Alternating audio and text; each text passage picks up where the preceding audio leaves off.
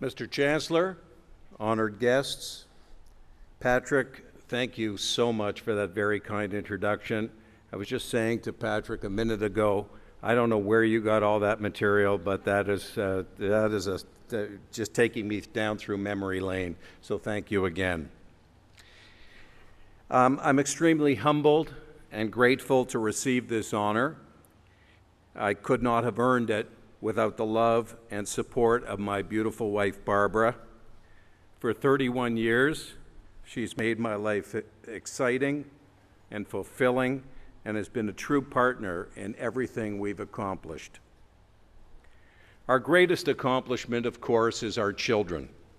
I'd like to thank Bradley, Allison, and Jory for making us so proud of them each and every day. And now, let me turn to the graduates and say congratulations to all of you and to those who are here to show pride and support. Graduates, I think you should keep something in mind today. They call these ceremonies commencement for a reason. Graduation is not the end, it's actually the beginning. Until now, you've worked very hard to gain the skills necessary to develop your own life story.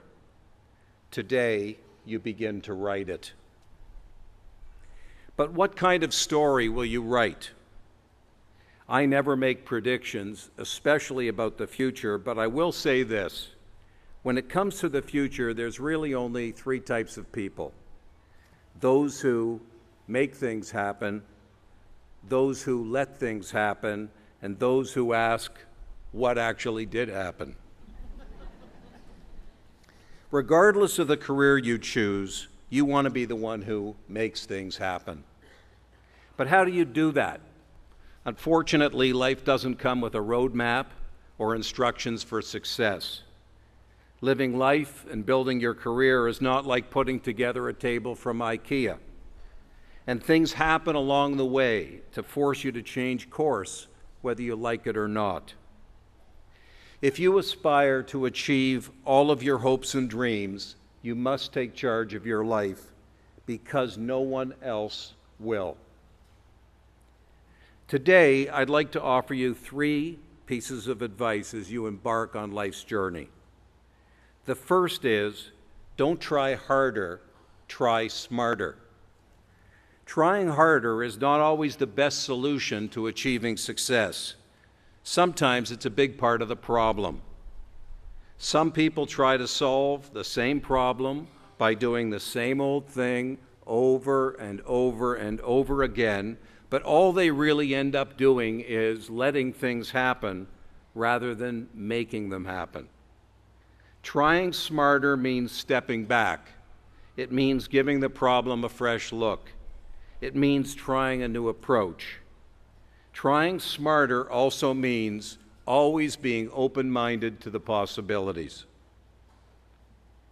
Second, when you have a decision to make, don't allow yourself to be the victim of information overload. Facts are essential for sure. However, important decisions are usually time-sensitive or won't have clear answers in the first place. And many decisions require judgment and experience to get them right, so don't be afraid to seek out mentors or ask trusted friends for their opinion. Great opportunities are precious and few, so I would suggest doing as President Harry Truman did. Gather as much information as you can before making a decision and then going with your gut. Don't get bogged down with the details and let the opportunity pass you by. Finally, never forget one simple fact. Life is not always fair. This may sound harsh, but actually the harshest thing would be in not preparing yourself for life's setbacks and disappointments.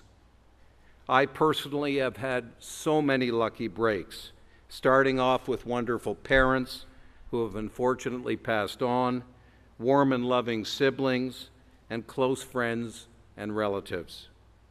But on 2 occasions, I had to face the fact that life can be unfair.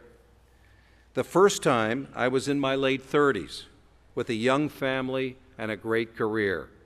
Then, after a random physical, I was diagnosed with cancer. Thankfully, the cancer was removed and I was fine, so I figured I had my brush with fate. But no one said there's a limit to life's nasty surprises. Last January, after going in for an MRI, I got a call from my doctor. It turns out lightning can and did strike twice.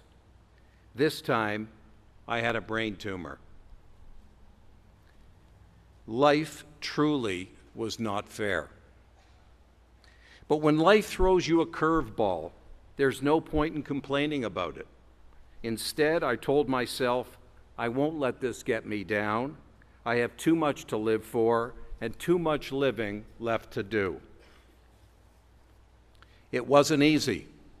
I had another operation, this time not a very pleasant one.